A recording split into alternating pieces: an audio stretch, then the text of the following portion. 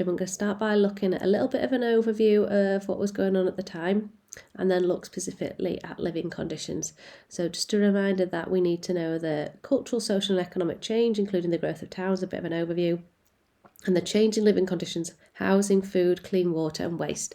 So what we know in terms of this time period, we saw some progress in people's living conditions. Quality of housing does start to improve. There's still issues in this time around with bad harvests causing hunger. But the flip side of that is there's the growth and the British Empire.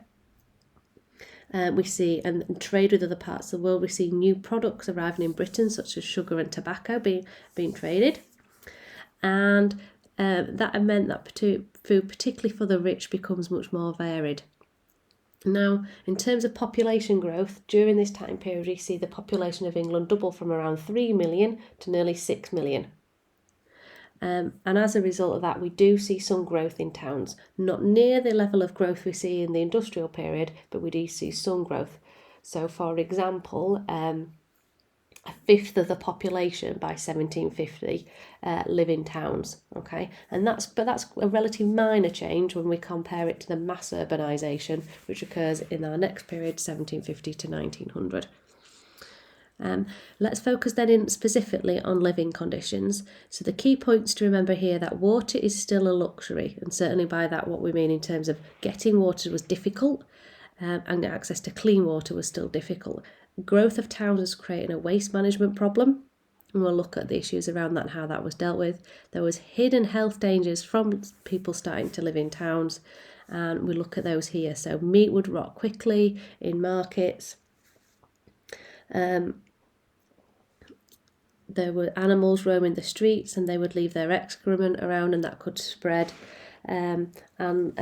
which spread bacteria, and often then that would make people very ill. There was respiratory diseases, lung diseases caused by the burning of wood and coal in open fires, which all houses had with the development of the chimney, open fire, which would create soot and dust, and people breathed this in when they walked in the streets and obviously therefore then in their homes. And accommodation was often crowded and damp, and that also led to lung problems. Now, if we look at the specifics in terms of food and what people ate, we know, as I said, bad harvest still caused hunger, but there was food production meant that even when there was a bad harvest, there was enough food for the population. And we talked about how food becomes much more varied during this time period as well.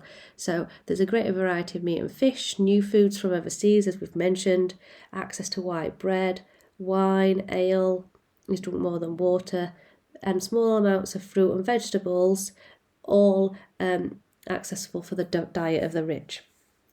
Okay, so when we think of the rich's diet, their diet was probably 80% protein. Now that would lead to some digestive problems and the suffering of gout, severe joint pain, from the amount of meat that they would have eaten.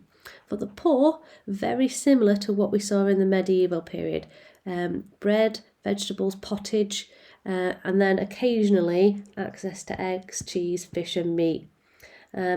And so this, although it was a healthier diet, it lacked vitamin C and iron, and obviously we do know those periods of hunger and starvation for the poor as well during this time.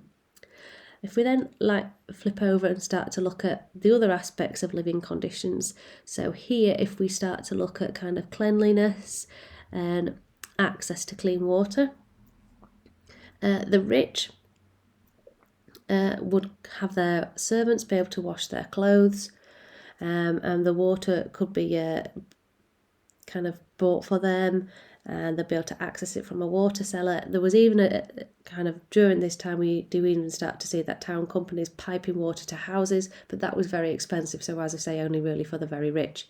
They had access to soap made from olive oil that could use on their skin.